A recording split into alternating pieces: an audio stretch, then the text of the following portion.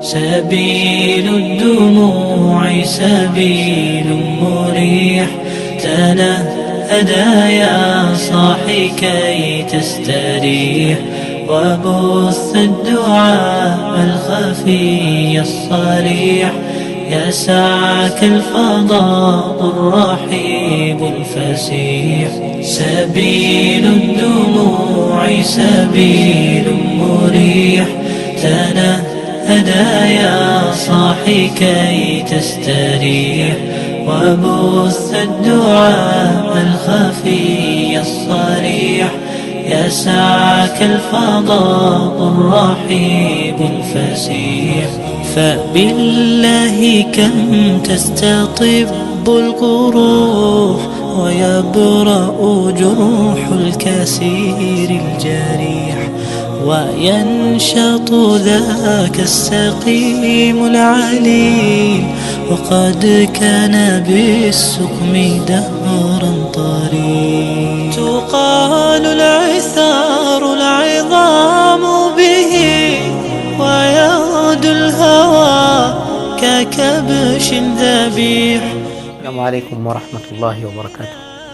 الحمد لله والصلاة والسلام على رسول الله وعلى آله وصحبه ومن والاه.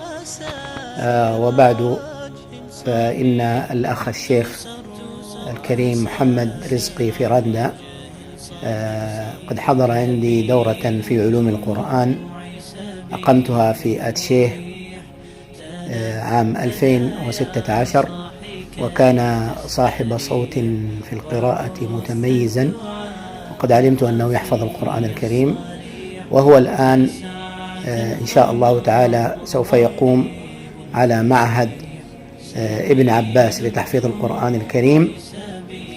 فأرجو من الجميع أن يقفوا معه وأن يساندوه بكل ما يستطيعون، فهو رجل أحسبه والله حسيبه من أهل القرآن، وقد اعتنى بالقرآن الكريم منذ صغر سنه، وهو لا يزال يخدم كتاب الله سبحانه وتعالى. ونسأل الله جل وعلا أن يبارك فيه وفي جهوده وفي جهود جميع الإخوة. وهو الآن يقوم على إدارة معهد دار القرآن ابن عباس في مولابو آتشيه غربية.